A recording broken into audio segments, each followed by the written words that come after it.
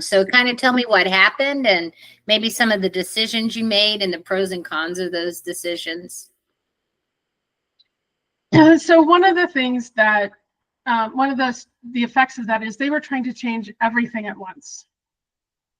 And they didn't, but they couldn't quite do that. And so they were trying to figure out how to do that. And one of the things that we weren't able to convince them to do was to do a full restructure of the teams so that teams were able to work on many applications instead of just their one. And this reinforced the problem that they had around dependencies, that all these technical applications, you couldn't touch one without all the others being affected.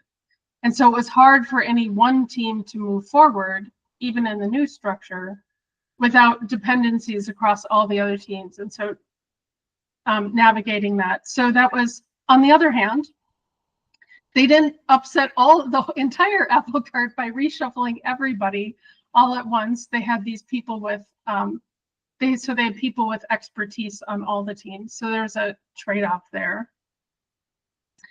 One of the other decisions that we made is we had them set up a triad.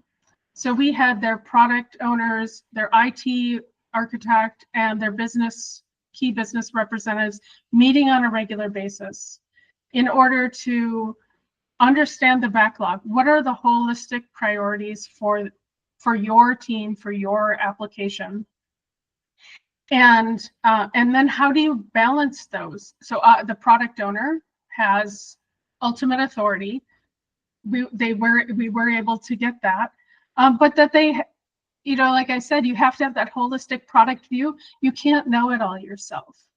And so you need to be bringing in these partnerships and developing those relationships in order to make that happen.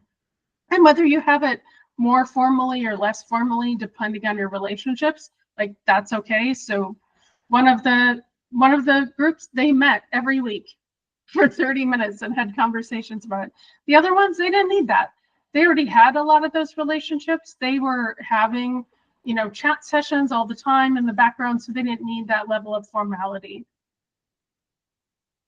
The other thing that we did there was we had them do a workshop to prioritize all the work. So their problem was that they had each of these teams, there were 10 of them, 9 of them, had each like a laundry list of work that they were supposed to get done. This is so common. A laundry list of work they're supposed to get done. And remember, they all have dependencies across all the other groups. And so they're trying to figure out, how do they prioritize all of this work? And so we told all the product owners, work with your business, work with your tech folks, and get together a basic description of what you're going to do. And we did this in a hypothesis form. So they had to form a hypothesis, talk about the data that they needed and the dependencies they had. And then we got everyone in a room for 2.5 days, business, technology, IT, including like the infrastructure folks. Okay, and we did a science fair. So we put them in mixed up groups, and they would go around to the science fair and talk to each of the product owners about the work that they were supposed to be doing. And they had to pitch it.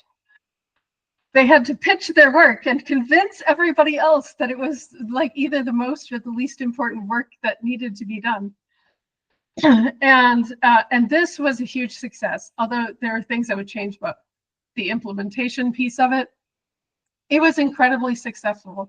We had my favorite moment, and we had the lead person in sales standing up at his table saying, if we don't have a quality product, I'm just selling junk. I feel like a snake oil salesman because I need a quality product. I don't need new features. When was the last time you heard a salesperson say that? Ever. Yeah. But he never knew. He never understood the depth of the technical problems. So getting them together in the room together creates this understanding of the broader scope of the work and how these technical initiatives are going to help support the product and the business initiatives as well. And the last thing that we did was we did this something called multi-team backlog refinement. So for each of their products, they had multiple teams that were working on it. And this is normal. Like, this happens all the time, right? You've got a big project, you got everybody working on it. And what usually happens is these features go to this team, and these features go to this team, and these features go to this team, and they don't really have a good understanding about what they're doing. But inevitably, they're touching all the same code, and they're stepping over each other's toes, and they get dependencies across the teams, and it's kind of a mess. And so what we did was we said, okay, all these teams, you're working on the same stuff. You're going to refine all the work together. Wow. And we did it through breakout groups. So we didn't have like 50 people all in one big room. We had them split up, and they would circle. And so they would refine the work until they felt like it was in a good place. So in their situation, people were still learning about the application. So they wanted everyone to hear and give feedback about everything. But I've seen other places I've done this. You don't have to do it that way, right? Just enough to get it to a place where it's good. And what this allowed them to do is then when the work comes to the teams and they're trying to plan it, they know where all those dependencies are, or they can take like, oh, this is a dependency, so we'll just take that over here with this team because we have all these skills over here in order to solve that problem. And it also got everybody really connected to that customer problem. So they brought business people in to say, here's our problem, here's our struggles, here's how it looks when I walk through the user experience. And then the team is like trying to learn how to solve the problem. And some were like lightning quick, and others struggled. But then the people who were quick were helping the people that struggled. So it really builds those team bonds and those relationships within the team as well. And that's just unilaterally an awesome thing to do. I just love that. Wow, you gave me some ideas on how we could do things where I'm currently at, and some of the content we can provide to our students and expertise. Thank you. Could you tell me what would you do differently if you could with that particular project you work on? Could you think of anything you'd do differently? There's always a long list of things I could do differently. I think one of them is it was too broad in scope.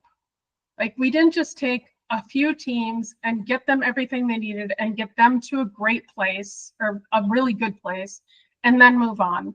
We were rushed to move through in order to meet the bounds of the contract that we were in.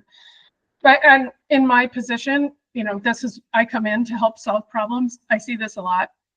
The scope of the change is bigger than the timeline and the pacing that the teams can absorb the change that they're going through. And what happens is, so like I think about culture of an organization as like a vortex, right? So it will pull wherever that lands, whatever your culture is, it will pull you back to that place. You try to make a change, it's going to pull you back in.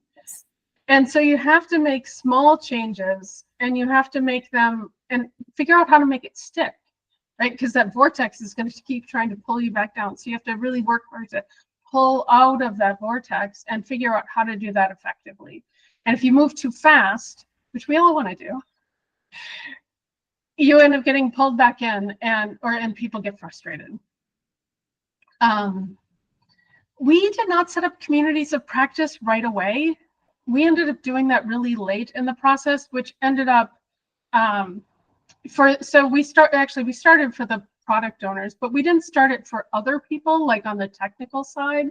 So we didn't start a community of practice around testing or software design principles. And they were trying to do a lot of change in these areas, but they weren't all on the same page about it because they didn't have these communities of practice to be sharing what they were learning or helping each other struggle through the problems. And then the last thing, when the workshop, we did this big fair and had everybody learn, and then they were in these cross-functional groups, and they were prioritizing the work, and then we had to figure out how to bring it all together. And at the end of it, I was talking with my co-facilitator, and I realized, oh, we did a total waterfall workshop. We should have had them learn about a couple things, prioritize the work, learn about a couple, do a retrospective, learn about a couple things, prioritize that work, do a little retrospective as a group. How is this going? And so even as an Agilist, I fall into the same trap that everybody else does. It's kind of hard. Great perspective and great honesty. So thank you. So this has all been really helpful information. And I want to thank you, Joelle, for taking the time with your expertise, your experiences, your real life experiences and what you've been through, and just the amazing work that you've done. And hopefully our students will find themselves one day in your career path. So thank you so much. You're welcome. And thank you again, Sandy, for inviting me. It was really a joy to share my stories.